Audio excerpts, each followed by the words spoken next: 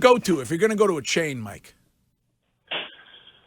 You know what? I confess to the chicken sandwich at Burger King. Not bad. It's not bad. In a pinch, it's not bad, but it's going to be a pinch for me to go there. Spicy or regular? It's a pinch for me after I go there. Are you still traveling the world, or are you back home? No, I'm back. We're back in Massachusetts, and got a chance to see the Bruins play against St. Louis already. You got to give these guys credit. They're a plucky group. They really hang tough. Their team defense was terrific. Again, that's the way they're going to get there if they're going to get there. I have another observation. It's pretty obvious to me now. While Swayman had a little bit of a little tough time, it's time to make him the number one goaltender. You don't have to do it publicly, but on the side, this guy he's the better of the two goaltenders. Maybe not by a country mile, but make the statement to the kid. Play him the kind of number of games that he needs to play in order to be tested and ready to go, and see what happens. And maybe the injury or whatever happened with Linus helps you out a little bit there, right? You don't have to worry about hurting feelings.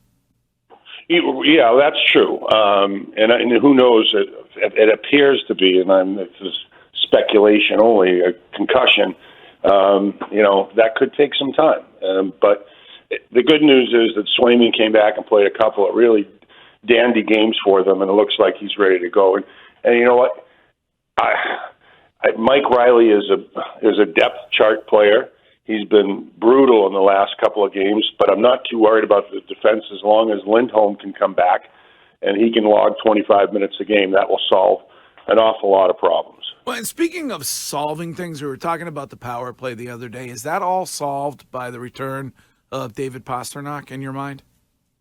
It's not, snap to it kind of thing. It's going to take some time, and I have no idea how, if you're out for 2 or 3 weeks in this sport, it takes something away from your rhythm and your timing, but I'm not going to make a judgment on the power play until he comes back, because if you take away a component as key as Pastrnak is to the power play, I'm not going to lay judgment on it, but I would like to see both of those guys, Lindholm and Pastrnak, get back and put a couple games under their belt, and then we'll see where things land. But is the power play a concern? Absolutely.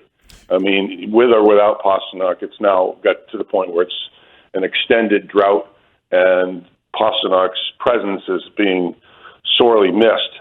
I'd like to see him get a couple of games, 3, 4, 5 games before the playoffs start, and try to get this thing with some rhythm. Mike, I know in every sport it's different, but, in football it's a little bit different. If you miss some games, it kind of takes some time to knock the rust off. You just talked about, some of these guys that are going to be returning, whether it's Pastrnak, whether it's Lindholm, and they've been out for a significant amount of time. And if their first action is going to be the playoffs, what is that like for a player? I don't know if you've ever been in this situation before. Does it take some time to knock the rust off, or is it something that, hey, it comes right back to you? It differs with the type of player, but I think the skill players probably need more time than the guys that just grind it out. All they have to do is skate up and down the ice and bang into some people and try to make some chaos happen. But the guys on the power play, like Pastrnak, I think need a little time to start to feel the puck and see the ice a little bit more clearly and slowly and make quicker, better decisions. So, yeah, I do think there's a reason to get him back as soon as he's possibly able to play, because I do think it takes some time to find your game again when you're a player with as much skill as Pastrnak. When it comes to Cassidy maybe telling Swayman on the side, you're the guy, do you think he's worried at all about how young he is and being put into that situation with Linus being hurt recently?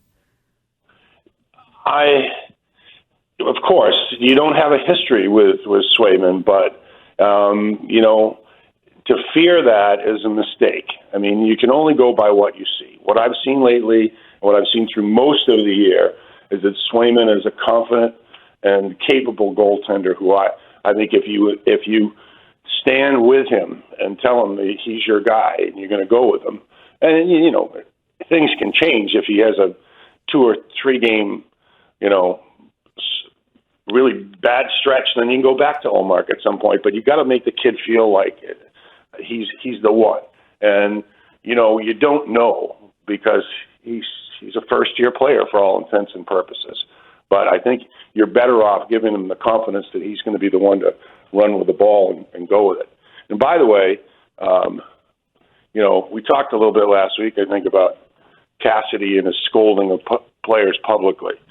I hope that that's over with. I hope somebody in the organization slapped him alongside the head, because I think this is a guy that was never could play in the NHL, took him through a whirlwind tour of Washington where he didn't coach very well, 8 years in the minor leagues. He's finally earned his place.